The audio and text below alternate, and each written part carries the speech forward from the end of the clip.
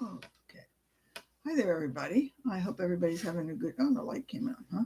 I hope everybody's having a really good day, or at least as best a day as you can get it, or it's better than you thought it was going to be. I hope, perhaps. Um, as I said in my note, if you happen to read it, I'm going to do a two-part series on reading. Since we're in May, which is usually a time for exams for a lot of students, so you probably in the middle of exams or getting ready for exams, and even if you're not having an exam, you may be having to do some reading too because you've got some new policy or something like that at business that you have to learn. So I thought I would do is talk about how to make the most of a relatively little bit of time of reading.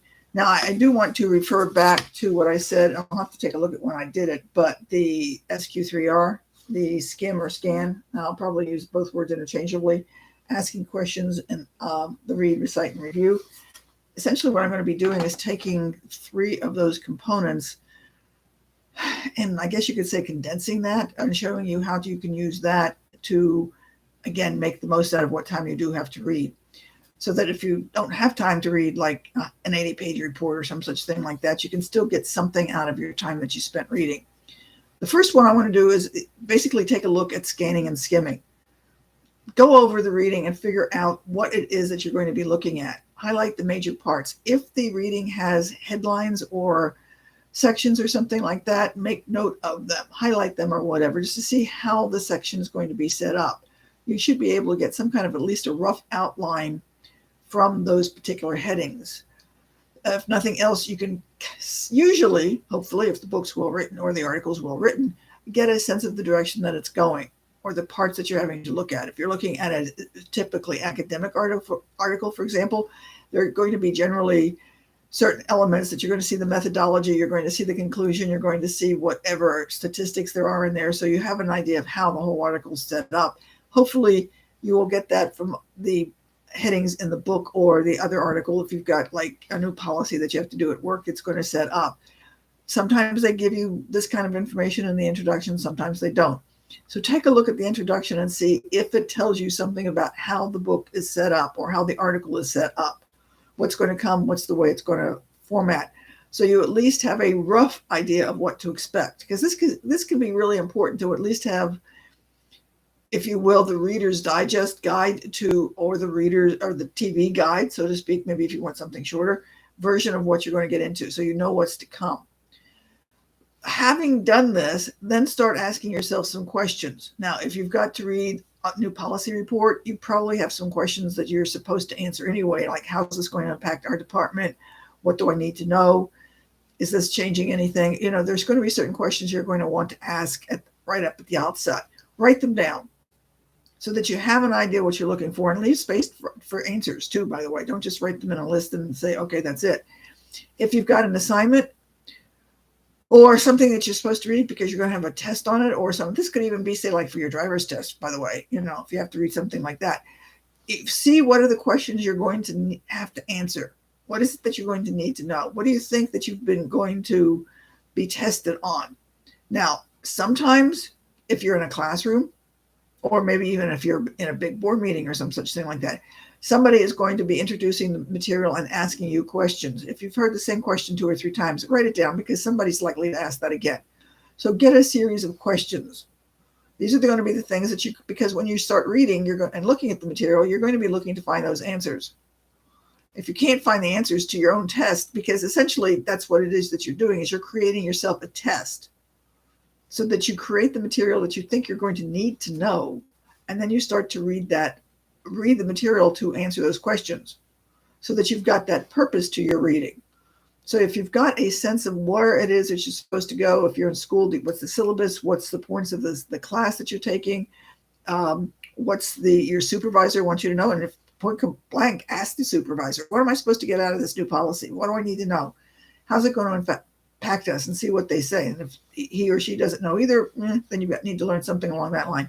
But ask those questions and then go through and read to find the answers, okay? Or skim to find the answers, so that if you've got a good outline, when you looked at the material in the first place, maybe you can go right to that material and figure out what the answers are. So that means if you can find those answers and those are what you need to know, and you know you need to know that, you might not have to read the rest of the material.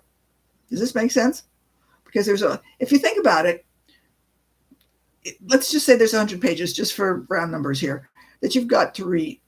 You're not going to be tested on all those pages. It's just no way, because you'd have to have a really long test to be able to get a question off of each one of those pages. And probably, some pages are going to have more questions than others. Some pages are going to be like pictures or, short pages or whatever. You're not going to be tested over all of that. There's only going to be certain material that you're going to be tested on. Because your teachers are going to pick certain things, or your board members or whoever are going to pick certain things that they want you to know. The question is how you can figure out what that material is. This is listening to them and what they're asking you. Again, as I said, if they ask you the same question 2 or 3 times and you've heard it before, this is something you're likely to find on a test. So you look for that material. The other part to it is, and I know that this is going to seem like it's going to be really odd and you don't see the point to it, but review. Studies indicate that getting tests or getting pop quizzes, if you will, help students retain information in classes. Because if you know that you're going to be tested, you're more likely to review the material, and you'll do it in intervals during the course of the class or the school or whatever term you're taking, right? So if you know the teacher's going to give you a quiz once a week, you're likely to at least review the material once a week, right? Now, this is going to be better for you than if you don't do anything and don't review any of the material until like 10 weeks into the class. So the idea of going over it several times is the thing that's going to get it into your head. So that if you've spent, say, 30 minutes, let's just say, going over the material, you need to at least spend 5 or 10 minutes a day or every other day going back and reviewing that material. So let's just say you wrote down some questions. Then hopefully you wrote down the answers that you found in that material. And so 2 or 3 days later, review that material. Then review that material 2 or 3 days later, so that you're more likely to retain that information if you do it scattered and intermittently, as opposed to trying to do it all at once the night before the test. Does this make sense? I hope so. So that what you're doing is you may not be spending as much time in one lump sum reading or studying, but you'll be spacing it out, which is actually going to do more for you because you'll be able to remember it better when you actually end up needing to know that material. It's going to come back in a sense that some of you might say like muscle memory, because as soon as somebody says, what's the answer to whatever, because you've gone over it 14 times, you're more likely to be able to pull it up than if you're trying to do it, just once. And try and ask the questions differently. Don't just like with flashcards, you go over and people read one thing and they put it on the bottom, and then they put it on the top. You get to the point that you know what the next card's coming. Shuffle the cards. Get somebody else to ask you the questions that you've got on your sheet of paper and ask them in a relatively random order or something like that. Because when you get them randomly, you're more likely to be able to pull them up than when you get them in sequence. Because if you get them in sequence and somebody asks you the question out of sequence, you're shot. Okay? All right. So I hope this helped. If you have any questions, please ask me, and I'll be more than willing to go over it. And next week, I want to talk about how you can actually physically go through skimming a book and get a lot of pages read in a relatively short period of time. The two of them are going to go together, but I thought this one made more sense to do first. So let me know if this helped, and if you've got any questions, and we will talk to you about the reading material next week. So have a good week, and we'll see you later. Bye.